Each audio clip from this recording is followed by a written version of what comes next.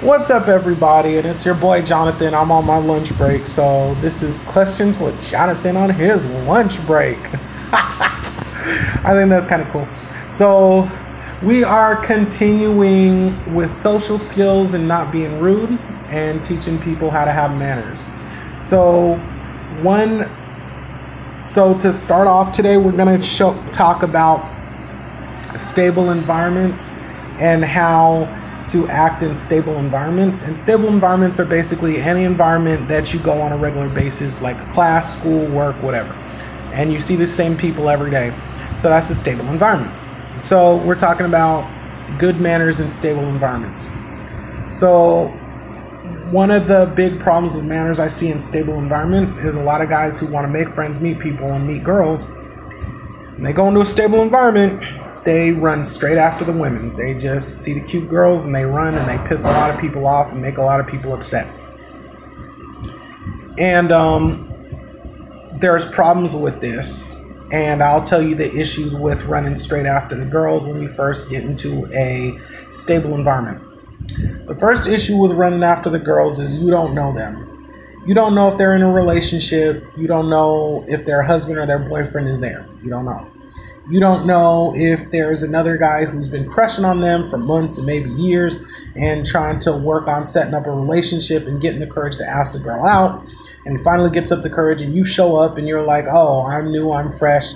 Here, what's your name? And blah, blah, blah. You know, and that's rude. Like, you don't know what was going on.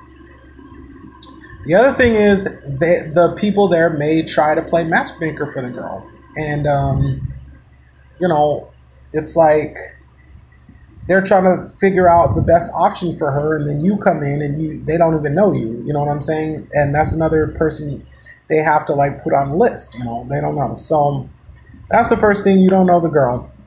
The second thing is a lot of places, and this is mostly with superficial environments, they have like politics pertaining to, you know, interacting with the women. Like I told you before, I was a dancer for many years, and I know that a lot of dance women are really fit and really good looking. A lot of dancer men are really fit and really good looking. And it's competition to get with the women. And it's kind of like when you're in a dance situation, you shouldn't really be running up on the women if you're not a good dancer and you're not, you know, muscled out and all that stuff. Because, you know, they're going to look at you like, are you serious? And it's a competitive environment. So you just got to be careful with that. Another thing, like I said before, different religious organizations, they use girls as a way to recruit men and bring in men. And then you go up there and talk to them, and it's like you're going to stop one of those girls from recruiting because she's going to be busy with you. Or like they want those religious women to be with the most religious men so they can make babies and keep filling up the seats at the religious venue. You know what I'm saying? And you may not be the most religious man, and they're going to cut you off. And so that's a problem. The third thing is the idea of match blocking, right? And so match blocking is basically when people try to stop you from finding a wife or finding a girlfriend, stop you from talking to people. Match blocking. And the reason they're doing this is because they know the girls for a while and they get emotionally invested in the girl, and generally people want to protect things that they have emotional investment in. It's human nature. So that's a big thing. Another thing is racism, right? So a lot of us, like I've joined stable environments where, you know, there was different racial things going on, and it was just a biased group, and they, you know, were very judgmental on me before I could even open my mouth. And it made it worse because I was chasing around the girls. So all these things, right? You have to just calm down and not run straight after the girls. So what I'll teach you is the manners in this situation on how to deal with this. And it's just a suggestion. If it works for you, good. If it doesn't, you may, you know, try to find another way to manage it, but this is what worked for me. All right. So first thing is just keep yourself neat and clean and presentable, right? That way, when you go into things, you know, sorry, I have allergies.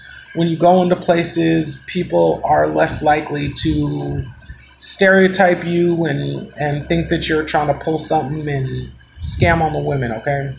So just keep yourself neat and clean and put together, and, you know, don't make yourself stand out like something's going on. Another thing you have to remember is just be careful with clothing. If you're wearing a bunch of stuff to get attention, like jeans with a million holes in them, or, you know, all these hype beast labels like Supreme this, and, you know, bait jackets with a million colors, and, you know, that's also shows that a person's trying to get attention, and then people will look at you weird because they know you're out to get attention, and then they're gonna try to match block. So that's another thing you have to watch out for. So keeping yourself put together. The second thing is having a list of places you can go, so you're not stuck to one stable environment. Because if that stable environment doesn't work out, you know, you have other options. And when you go into those stable environments, because you have other options, and maybe you have some, you know, advancements in the other group with the ladies, you're not going to be so concerned about whether or not you get some from new stable environments you're going into, you know, and that's important too. The third thing is really thinking where you're going. And I made this mistake a lot when I was younger.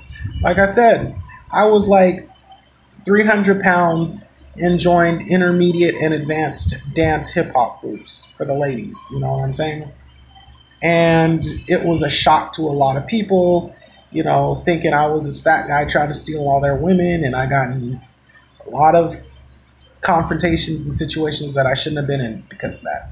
Same thing, you know, I thought joining religious venues or religious organizations that I didn't believe in, I thought it'd be cool to join them because they had a lot of girls. And, you know, I got match blocked a lot because I really didn't believe in those religions, and the people are trying to match make the girl with the best option being the best religious option. You know, some stuff like that you have to pay attention to. Oh, and one big thing, another thing you have to pay attention to is racially charged groups. If it's a group with one certain type of race, right? If you don't fit in with that group, that may be something